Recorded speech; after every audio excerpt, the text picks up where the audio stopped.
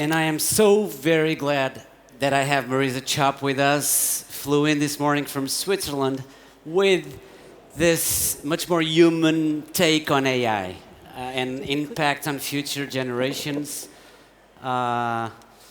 Stage is yours. Thank you. Thank you so much. Thank you for joining us. What do the green? Just press the green one. Nice. That's you right there. Okay, great. Thank you.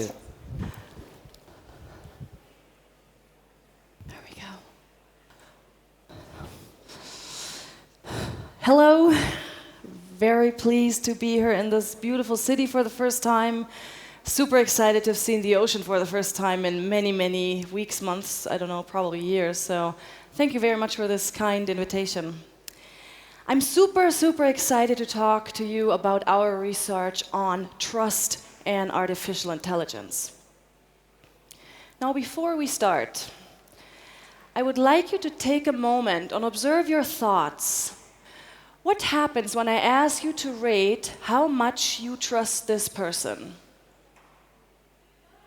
Now, if I'd measure your eye movements, you would probably start at the face first, look at the eyes, the mimical expression, and then you'd move over to the more analytical part, like the text and the pictures, and somehow all these infos affect your level of trust. Now, what would happen if I had used a picture of me at the Backstreet Boys concert a few weeks ago? Would that increase your level of trust because Backstreet Boys obviously is the best band in the world? Yeah, most likely not. This has nothing to do with Backstreet Boys, though. It's about consistency and context. So trust largely is based on observation, and it evolves through this analytical and effective interpretation of information. So in short, Backstreet Boys awesome, but professional context, professional picture, higher level of trust. So please forget about the Backstreet Boys. But let me know if you have tickets. Much more important is the question, would you go out with Nancy Hazel? Do your beliefs and your attitudes translate into action, into an intention or a behavior? And this is where we have to make a decision. And we all know how hard it is to ask someone out on a date, right? There's always, you can be rejected or disappointed. There's always that fear or that feeling of being hurt involved. And this is the core of all trust theories. It's vulnerability. A feeling we humans rather tend to avoid. So we're trying to make the best possible decision to not get hurt, right? So the problem is, though, our attention span is limited and our rationality is limited as well. So how can we make the good decisions? What we are doing right now is, to cope with this uncertainty, we are creating more information, more complex technologies, more guidelines, more rules. And what happened? The consequence is a massive inflation of trust, actually. We are over-trusting the most ambiguous platforms with the most valuable data, like pictures of our children and such. So there's a bit of a mismatch. And we must be really, really careful. How can we find that calibrated level of trust, that appropriate level of trust? We don't want to over-trust, but we also don't want to distrust. We have to find that appropriate level. Now, what we're doing right now is we are actually overestimating the cognitive influences, the cognitive side that influence trust building, and we're underestimating the affective influences on trust. We tend to forget that people not only think about whether they trust AI, they actually feel it. And right now, so we're putting all these efforts and explainability and transparency and all these privacy rules, GDPR. Thank you, by the way, everybody here who is working on this. It's massively important.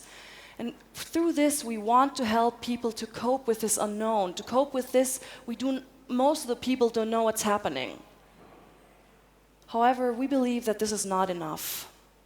We must not underestimate those effective influences on trust. And this is where we hope to contribute to the field with our research. we are exploring the no trust, no use assumption. We want to know, does a higher level of trust, can this predict usage? And what other influences are there other variables that either influence trust level or the relationship to using it?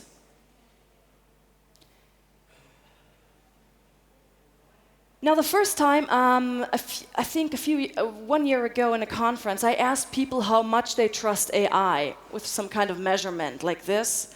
And from, I think, 140 participants of the event, 5 said full trust and 135 were like this. So I was expecting a quite low level of trust, which actually is in fact not so true. So we have a quite medium, normal, rather positive level of trust right now. This is our predictor variable. Now, can this variable predict usage? We operationalized our outcome variable into 2 scenarios. One scenario is, would you use a self-driving car, an intentional scenario? And the other scenario is an actual behavioral scenario. Are you using a chatbot? And what we wanted to know is, do those who are or would use an AI have a higher level of trust? And our statistical tests actually gave a significant result. So those who use or are using an AI have a higher level of trust with a p-value below 0.2. That's great. At the moment, it does. It represents the current assumptions. It says, okay, there is some sort of relationship and it is important. However, if you're much like me, you think, okay, come on, okay, these are stats and so, but what about life? Think about FaceApp. Who knows FaceApp? So it's this app where you can upload a picture and it shows you how you would look in 50 years. So 150 million pictures were uploaded, I think in a few hours or 1 or 2 days, to a platform. We don't know who they are, we didn't know where they were, we don't know what they're doing with our data. Are they, I don't know, selling their algorithms to the military to build autonomous weapon systems? We don't know. And still, millions did it, right? So even the so-called experts could not refuse this urge to try this out. So obviously, there must be some other factors that drive behavior other than trust. And one of them is expertise. So the assumption is that the more you know about AI, the higher your level of trust. So I correlated expertise and trust level, and oddly enough, I found no results, which is not so nice, right? But it got really funky, though, when I split into men and women. And believe me, I did not want to make this a gender topic, but I found it was quite interesting that I found a positive, significant relationship for women. So for women, the more they know about AI, the more they trust. But for men, I found nothing. No interpretable data, even a negative trend, which is actually pretty weird. So this definitely needs some more research. The first reason that could be is that the way we operationalized expertise was a self-rating scenario. So men tend to rate themselves higher than women. So I wonder how the results would look like if we used objective measurements such as, I don't know, education, job experience, and such. So for now, this is a work in progress, and we're now doing lots of other things, factor analysis, the classics. We're looking into provider trust. We're looking into personality factors and how they influence trust and trust building. And much more importantly, we also are melting our quantitative results with the qualitative part. So in our qualitative part, we did an association test where we wanted to know, what does the general public associate with AI? What is the face of AI? This was one of my favorite parts of the test. However, I'm really sorry there are no results. I couldn't evaluate them because, as you may or may not see, I used, for deep fakes, a picture of Donald Trump here and Nicolas Cage. And a very large amount of my participants just commented, Donald Trump has nothing to do with intelligence. And so unfortunately, I have no results on this. So we also asked the participants, what are you most skeptical about? And since they actually were pretty aware of all the risks of AI, or were made aware of it because of our introduction, we also wanted to know, do you think AI is worth the risk? And for me personally, I thought these results were quite valuable. So we found that a very large majority would prefer a higher education institution or a non-profit to develop their AI. And this actually also matches with our preliminary results on provider trust, which is in fact quite low, lower than trust in AI. So it seems that it's not AI or artificial intelligence that has a trust problem, but rather the providers on the forefront, big tech. So this is where we see the great chance. The great chance probably lies in collaboration. If you want to increase trust, I think this could be one of the great measures you could take at first. Make good collaborations. Now, on a less idealistic side, we all know what collaborating brings. Lots of time, surefire conflicts, lots of costs, all these things. So no matter how you look at trust, trust is always, always an investment. It's an effort. After about 2 years now, I am though I'm 95% convinced that it is worth the investment.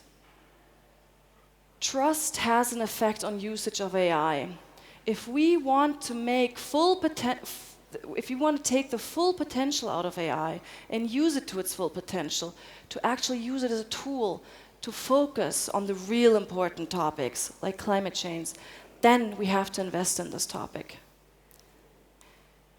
95%, well, in life, at least in the humanities, I'm not so sure about the other sciences, everything is based on probability. There's nothing we know for sure. However, what we can do is we can reduce the error rate as much as possible, and we consider the context.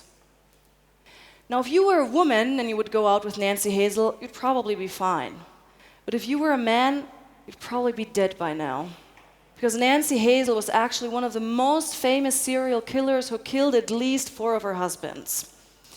So, yeah, so the appropriate level of trust and consideration of the context may save lives. Thank you very much for listening.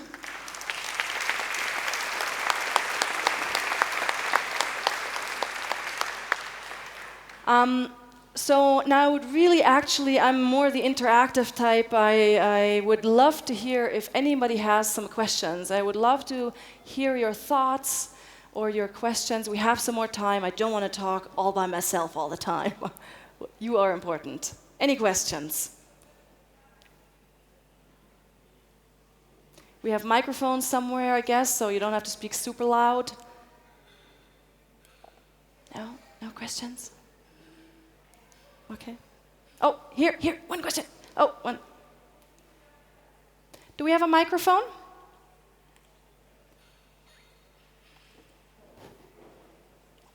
Out of all the things that you could worry about, what worries you the most? What keeps you up at night?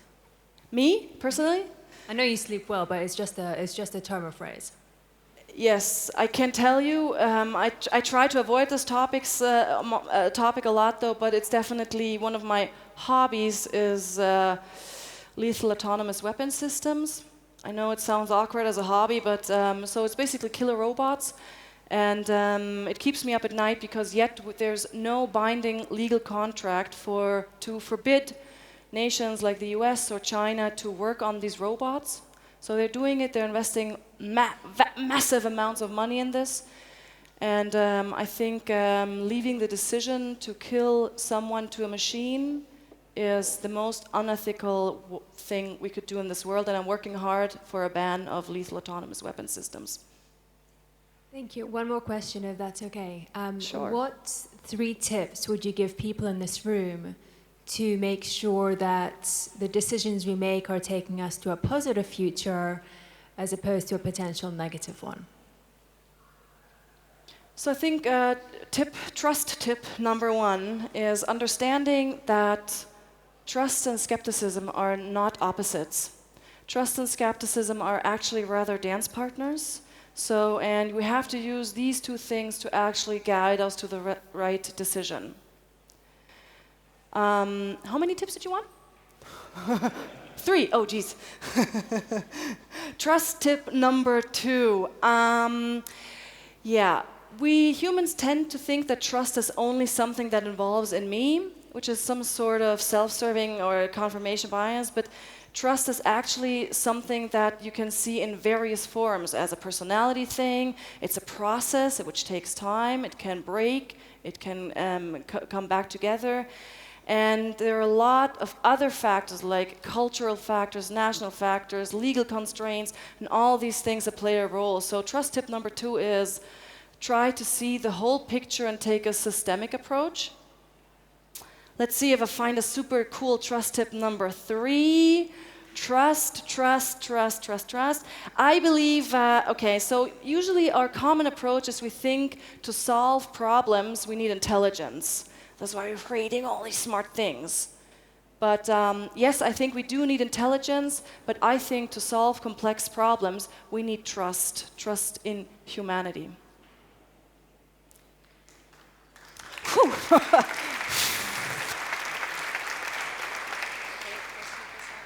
Yeah. What comes to your mind when you think about government, when you use the words certainty and trust? Good, very good question. Or uncertainty, rather. Yeah. I mean, in the end, the government should be doing the things that make us feel secure, whether it is with machines or climate or whatsoever. However, when I think about government, I think about how slow they are and how hard it is to go through all these obstacles and make a decision. I think this is one big problem we have, and one thing we have, because tech is so fast and government is so slow, but a lot of power in only a few is not probably the best thing we should do. So I think we need the government to do more and act faster, but I don't know about the Portuguese government, but in our society, in our Switzerland and Germany, all these governmental issues are very, very slow. And this concerns me a bit. This is not a leading question, but do you think that there's a role for government to build that trust, to move, to take the citizens along, because they sort of maybe get more citizens to adopt certain technologies than maybe one or the other company? I think so, yes. I think digitalization in general should be on the very forefront of the agenda, which is in fact not, at least in Switzerland. I can only talk for Switzerland for now. It's starting, but it's again really, really slow. And in the end, if it comes to the most threatening decisions, like for life and death, then we need the rules, we need the regulation, and we need regulation and rules for privacy. There's absolutely no doubt. So I don't discuss about, do we need privacy? I say, yes, we need privacy, yes, we need rules, let's try to figure out how.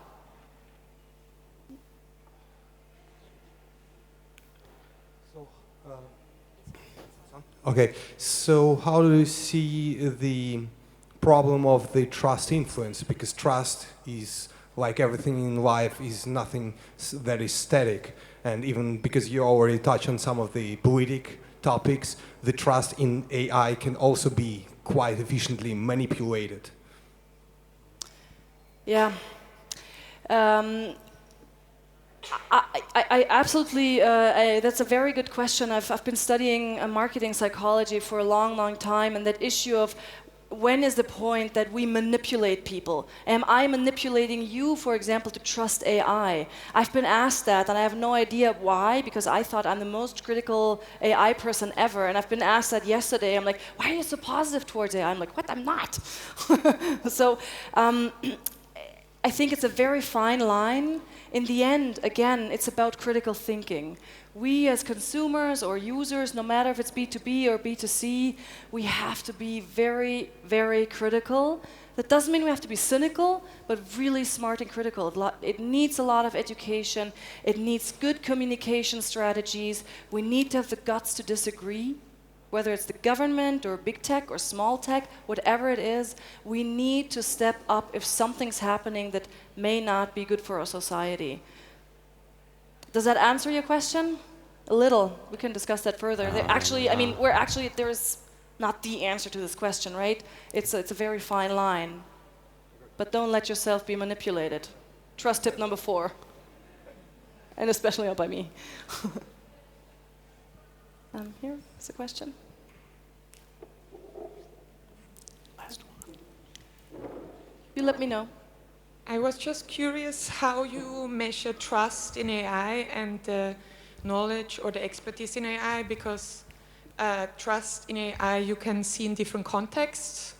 Maybe you can trust a certain technology, or you can trust the science of AI, but maybe not the implementation of certain algorithms, or Excellent question. Psychological background? No, but neuroscience background. Good. Great question. How do we measure trust? This is probably the greatest limitation of our studies, or of most of the trust studies in AI. So for us, the slide you saw was a single item Likert scale tape. So Likert scale type. So people really only measured on a single item how much do you trust AI. We do also have various other questions that factor into the whole topic of trust in AI. However, this is definitely probably something we still need to figure out within our next factor analysis. So I can't give you numbers right now. At the moment, this is all I can tell you for now. It's a single item, basically, self-rated.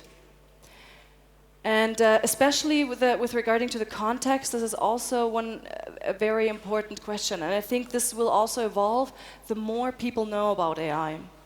And the same is with expertise. This was also self-rated. So they rated themselves, how much do you know about AI from 1 to 10.